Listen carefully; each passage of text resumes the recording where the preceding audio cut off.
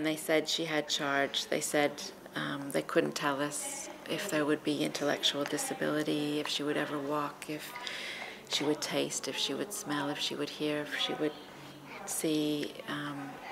They just didn't know what to predict and what would happen.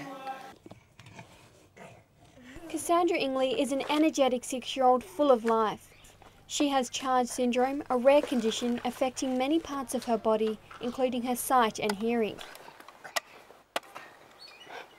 So then it was just a case of getting Cassandra through the really hard days at the beginning with lots and lots of surgeries and lots of uncertainty, and just willing and wanting her to be strong enough and big enough to have the heart surgery, which was a really big time because they weren't sure if she would be big enough and if her heart would last long enough. 1 in 5 Australians has a disability of some kind, but people with both vision and hearing loss face a unique set of challenges.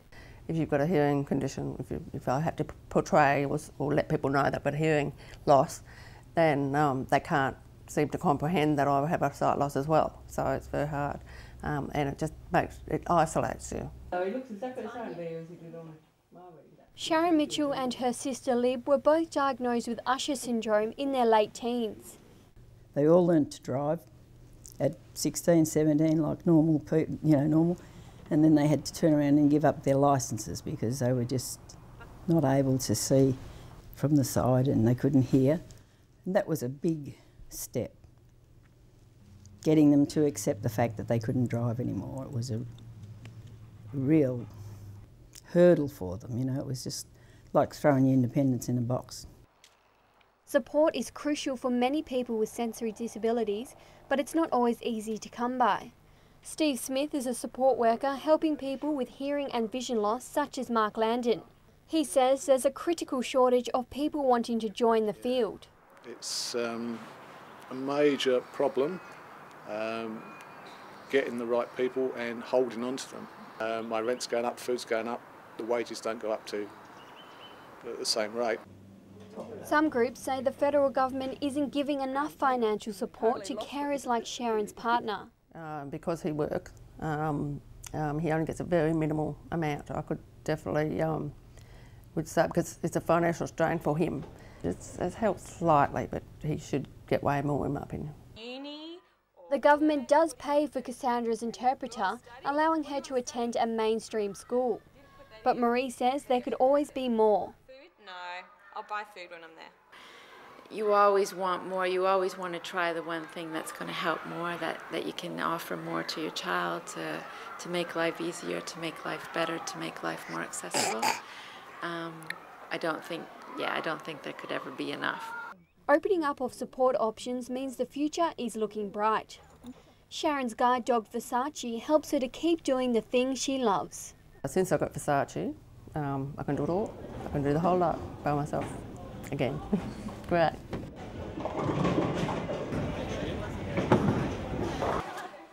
As for Cassandra, she's showing no signs of slowing down.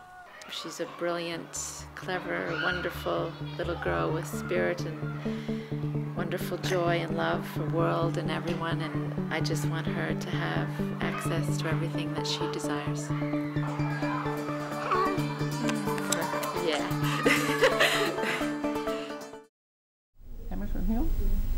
As we've just seen, people with sensory disabilities rely on a range of support services. Here to talk more on the subject is Sharon Mitchell from Our Story and Christoph Illy from the Sensus Foundation. Welcome to Viva. Thanks very much for your time. You're welcome. Thank you. Now, Sharon, you have Usher syndrome. What would you say is the biggest challenge to your independence? I have to say employment, finding work opportunities, because it's a gradual condition that gets worse and worse with time. As a youngster, I was okay, but the older I get, the worse the condition gets, so it's a little bit difficult to break into the workforce because of that, yes. And how does having Usher actually affect your working life? Greatly. It affects it greatly.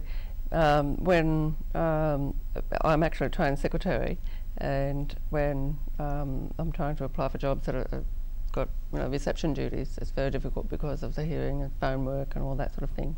Yeah, so it's affected it greatly here. And Sharon, can you tell me, how does not being able to work make you feel? Makes me feel isolated. Makes me feel that I'm not contributing to society, I suppose. Yeah, that's how it makes me feel. Yeah. And Christoph, tell us a little about the Senses Foundation and your role that you play there. Okay, Senses Foundation is the primary advocate for people with sensory disabilities and also a service provider for those people as well. We provide a range of services from children to adults, and my role there is to basically develop, implement and review such programs to help people with sensory disabilities. Okay. And Christoph, can you tell us how important is it for people with sensory disability to become a part of the workforce? Well, I think that's very important. It's actually crucial for people with sensory disabilities to have access to the workforce. As Sharon said just earlier, there's a great sense of isolation from many sensory disabilities. So by going to work, people with sensory disabilities have got a sense of purpose, as Sharon highlighted earlier. But more so, I think that the amount of planning and organising that goes into going to work, to and from work, is such that it actually fills the person's day. You know, so it helps, excuse me, reduce the isolation in that respect. Yeah. Would you agree with what Christoph says there? Yeah, absolutely. Actually, it's really something wonderful has happened recently. Is I've started work experience at Senses, at their offices, and it just means it's great for me because it's so close to my heart. I can go in there and be involved in what happens for people like me, and it's just terrific. And I get public transport there, and buses and trains by myself, so it's just really, really great. It's giving me a real sense of worth, getting back into the workforce. Yeah. Oh, that's excellent to hear. And Sharon, can you tell us about some of the support programs in place to help people with sensory disabilities find work? Find work, yes. There's quite a few I've been involved with. Over East, I was involved with one who set me up working from home. It worked quite well, except there wasn't a lot of work coming in, but it was great the way they helped me set up. In WA, I've been involved with PEP, which have a choice program that helps people just with disabilities. Not been a lot of success yet, just some work experience, and they're helping me with Senses. Yeah. Okay. Great. And Sharon, can you also tell us some of the employment support programs you've been in? Yes. Yeah. Well, PEP to start with. Yeah, and as I said, Senses to a big degree because I'm having the work experience with them. I also did work experience with Legacy, which was very helpful. Yeah. And do you think that they've been effective? Yes, they have, especially in my confidence, my degree of confidence and worth. Yeah, feeling valuable. Yeah. And Sharon, can you tell us about your support worker Andrea and how she helps you? She's fantastic. She's actually, her title, she works for Senses, and her title is Communications Facilitator, bit of a mouthful, but she takes me 10-pin bowling, shopping and stuff like that. She's just terrific. She really is very helpful because her main role is to make sure that I can communicate effectively. So she's great. That's fantastic. Thanks so much for coming to Viva today, guys. Thanks You're welcome. a lot. Thank you. Thank you.